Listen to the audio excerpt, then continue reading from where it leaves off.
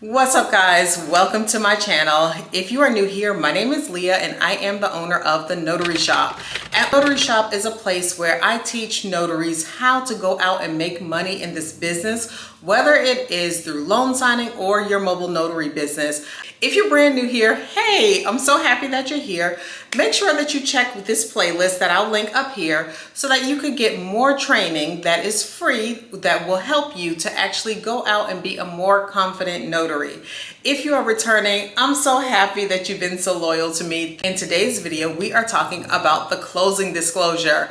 The closing disclosure is a critical document or a key document in a loan closing package. So you will not find a closing disclosure in a seller's package, nor will you find a closing disclosure in a cash purchase package because of the fact that both of these transactions does not involve someone obtaining a mortgage loan.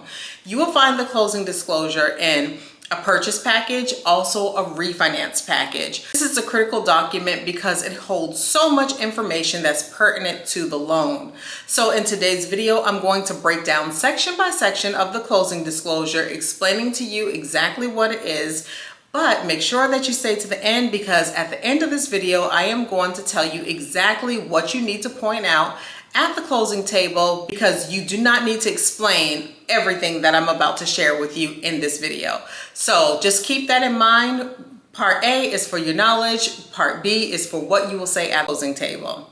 I want to tell you guys before we jump into the video too that I am hosting a workshop. I've been really loving it and I'm so happy to hear all of the successes that my students are having with this workshop. Today's video shout out comes from Samantha Moore. Samantha commented, if you are looking to seriously become a successful notary public and loan signing agent, you are on the right path, utilizing Leah's training, mentorship, and channel. The information she provides is real-time and an efficient way to learn and understand the wonderful world of being a notary. She not only prepares you, but also gives an accurate depiction of what to expect. I took her training less than 6 months ago, and now I do no less than 10 signings a week. She is the real deal. Sign up now. I couldn't agree more, Samantha. Thank you so much for this comment. And yes, sign up now so that you can start making money, so you can hit your monetary goals because guys, we're almost halfway through 2023. Can you believe that? So the workshop is held on May 20th and 21st of this year, 2023. It starts at 1 p.m. Eastern Standard Time. You could click the link in my description box to register for the workshop. You're going to have hours and hours of instruction. It is recorded, so you will be able to refer back to it and you will get every single thing that you need to go out and start making money in the notary business. In addition to that, the following Monday, May the 22nd, we will have daily meetings that last anywhere between 20 to 30 minutes every single day, Monday through Friday, so that you can get answers to the questions that you have as you start implementing the things that you've learned in the workshop. In addition to that, I'll have many trainings within our 20 to 30 minute meetings so that you could continuously learn. So in the workshop, we're going to go over the closing disclosure as well as all of the other critical documents of the loan package. But in this video, it's only the closing disclosure. If you're interested in working with me in that way, check the description box so that we could get to work and we can start making some money in these notary streets. So let's jump into the closing disclosure. In this first section of the closing disclosure is the closing information. So it goes over date of closing, the disbursement date. It tells you who the settlement agent is, the file number, and it also gives you the property and the purchase price of the property. Over in the center of the top, it has the borrower's information. So this is a way that you will be able to tell if there is more than one person on the loan. Sometimes you'll get a notification for a signing and they'll only show one person on that order, but it may be a borrower and a co-borrower. So in the transaction section, you'll see exactly who is a borrower on the loan. You'll have their address and then you will also have the seller's information and who the lender is. Off to the right side of the top of the closing disclosure is the loan information. The term of the loan, which is how long the loan is financed, the purpose of the loan, which is it a purchase, is it a refinance, You will also have the product. Is it a variable rate? Is it a balloon rate? Is it a fixed rate? What type of interest product is this? In addition, you will have the loan type. So is it a conventional, a FHA, a VA? The next part of the closing disclosure is the loan terms. It's going to give you the loan amount, the interest rate, the monthly principal and interest. It will also stipulate if there is a prepayment penalty and if there is a balloon payment. So this portion of the closing disclosure is very important because if these items do not match what the borrower's expectation was, then a new closing disclosure will need to be drawn up. So if they don't match, then the lender needs to be contacted right away. A lot of signing agents like to start their closings with the closing disclosure before they go into all of the other documents. This is not always the first document in a loan package, so it is a good idea to start your closings with the closing disclosure to ensure that the borrower's information is actually what the expectation was. The next section of the closing disclosure is the projected payments. So it will have a payment calculation off to the left, and it will show what the principal and interest is there mortgage insurance or PMI, which stands for private mortgage insurance, and is there an amount that is escrowed. So the escrow amount can include things like property tax, HOA fees, as well as homeowner insurance. So when you drop down to the estimated total monthly payment, it shows the whole amount, including everything above the line. So the reason why it says estimated is because someone could potentially apply for a homestead exemption and therefore reduce their property tax. Someone could also switch their insurance company to get a lower rate. So the amount that is in escrow could change, but as far as the principal and interest, this amount will not change because as we see at the top, it is a fixed rate. This is not going to vary. Now, if it was a variable rate, that would be a different thing. If it was a balloon purchase, that also would be a different thing. So in the estimated taxes, insurance, and assessment section, it shows the total dollar amount. And then it also breaks down to let you know what is in escrow and what is not. This estimate includes property taxes, homeowners insurance, homeowner association dues.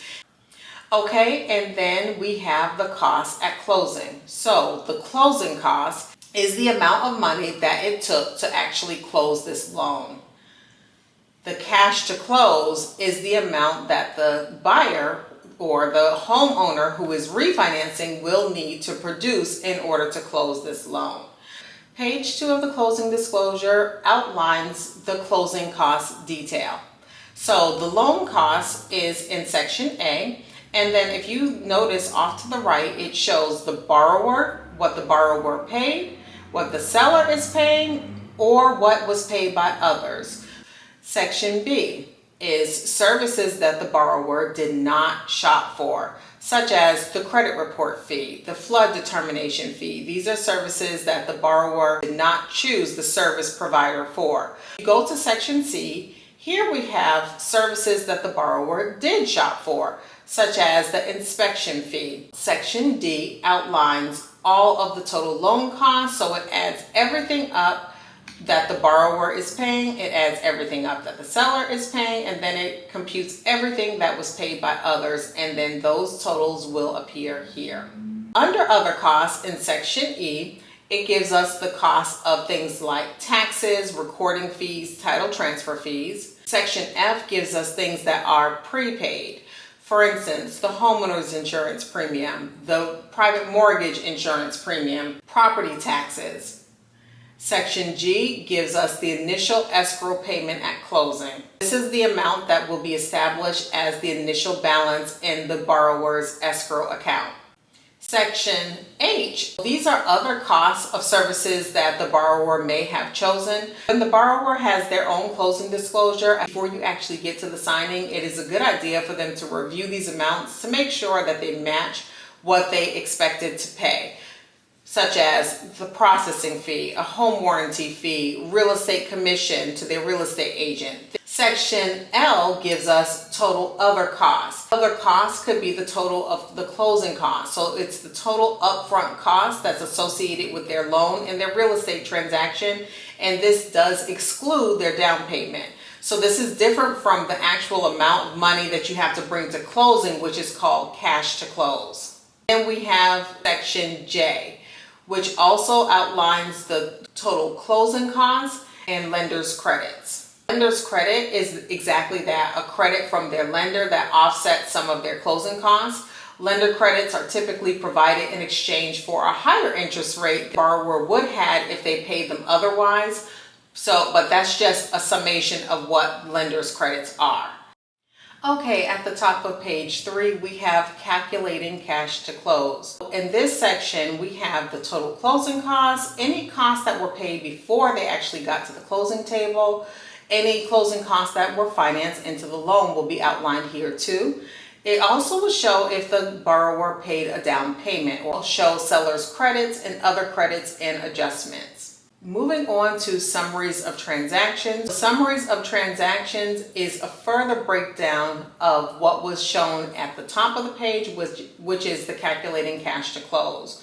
So it's going to show again the sale price of the property, if there are any adjustments for items paid by the seller in advance, or any items already paid by the borrower in advance, other credits as well, other adjustments. And so it will calculate to the end, again, what amount is due to or from the borrower. So I say to or from the borrower. If you're purchasing a home and you have a loan for your home, then more than likely there is going to be cash that is due to you. When you're refinancing, you do have the ability to do what's called a cash out refinance. The amount due to the borrower would be whatever they are getting at closing. The amount due from the borrower is the amount that the borrower would actually pay.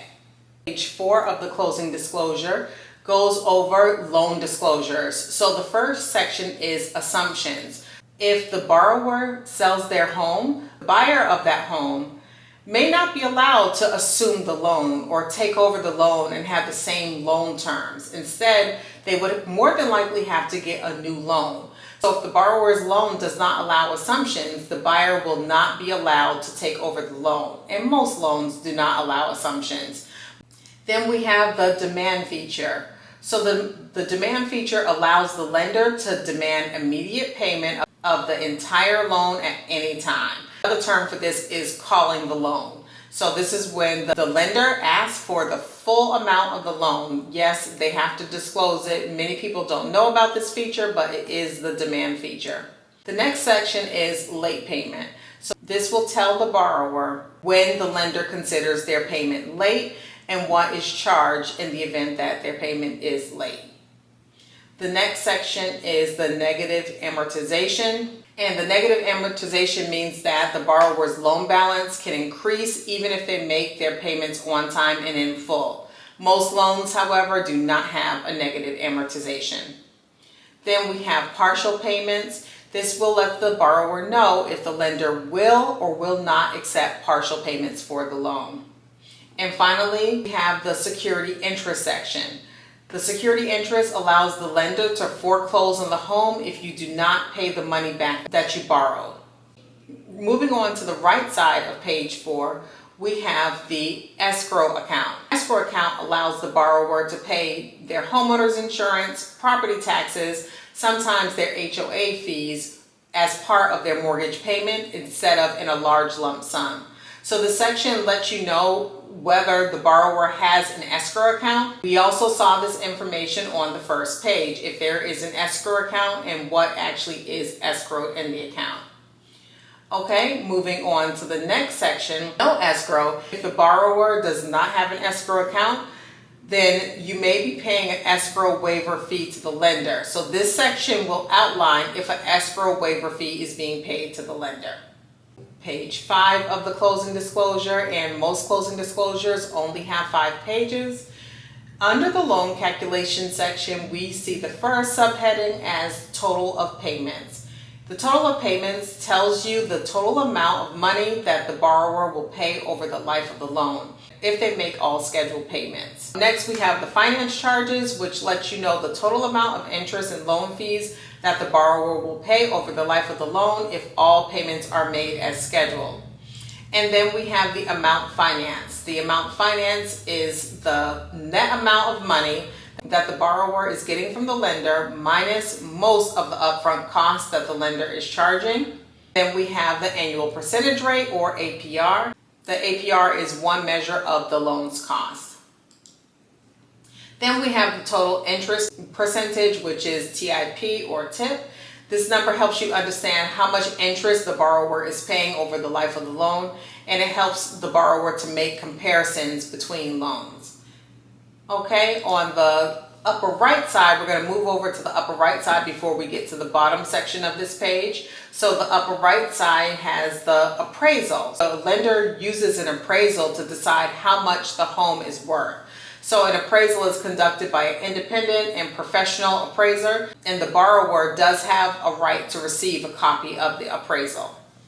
Then we have the contract details. It's important for the borrower to read over their note and their security instrument or their deed of trust or mortgage. So the security instrument could be called a mortgage, it could be called a DOT or deed of trust. So this contract detail lets them know that it's very important for them to read over the entirety of this document. And again, that's not something that you have to do when you are at the closing table with them. They have the documents and they are able to read it whenever time allows them to read it. Under that, we have liability after foreclosure. So if the lender forecloses on the property and the foreclosure does not cover the amount of the unpaid balance of this loan, there are two options here. Option one is state law may protect you from the liability of the unpaid balance, or your state law does not protect you from the liability of the unpaid balance. Or when I'm saying you, I mean the borrower. Okay, so now let's get to the contact information. So the contact information will have the lender's information. If there is a mortgage broker involved, their information, the real estate agent's information, as well as the settlement agent's information. The borrower needs the phone number or contact information to any of these parties. They are all listed right here. And then we have the confirmed receipt. And this is where the applicants will sign. So the borrower will sign and date, and then the co-applicant will sign and date, or the borrower will sign and date. I hope that you're still with me. I know that we just went over a lot of information. This is only to help you understand more about the closing disclosure. This is not everything that you will go over with the closing disclosure when you are at the closing table. So now that we've gone over the closing disclosure and you have a really good overview of what the closing disclosure contains and what it does not contain, let's talk about what I recommend you go over at the closing table. Anytime someone is purchasing a home or refinancing a home, the law stipulates that the borrower is to receive a closing disclosure 3 days before the actual closing of the loan. So the borrower will have time to go over this closing disclosure. Therefore, it is not necessary for you to go over all 5 pages just as I did with you. So what I go over with the borrower on the closing disclosure is the loan term, the purpose of the loan. I also go over the loan type, the loan amount, the interest rate, what the monthly principal and interest is, and then I also talk about what is actually being escrowed to give them their total estimated monthly payment. I also tell them what amount is needed to close this loan. Sometimes this is cash going to the borrower, other times it's cash that the borrower has to pay in order to close this loan. After I go over those items on the first page of the closing disclosure, I then go to page 5, where the borrower or borrowers sign that they received the closing disclosure. So they would sign their name just as it appears on the front page of the closing disclosure and date it. All right, guys, that's it for today's video. I hope that you enjoyed it. I hope that you got some value from it. I hope the closing disclosure is something that you will get to know a little bit more intimately. So if you want to go over the closing disclosure and other key documents that are in a loan package, be sure to meet me at the workshop that is happening in May. Workshops are held once a month. The workshop always goes on sale on the 5th of the month, and it's on sale all the way up until the day of the workshop. So the seats are limited. Be sure that you go ahead and get your seat so that you can understand more about the closing disclosure, the deed of trust, and other critical documents, as well as just a great understanding of the notary signing business. You can make money to actually help you achieve whatever goals that you have in mind. I appreciate you all so much, and I will see you all in the next video. Bye.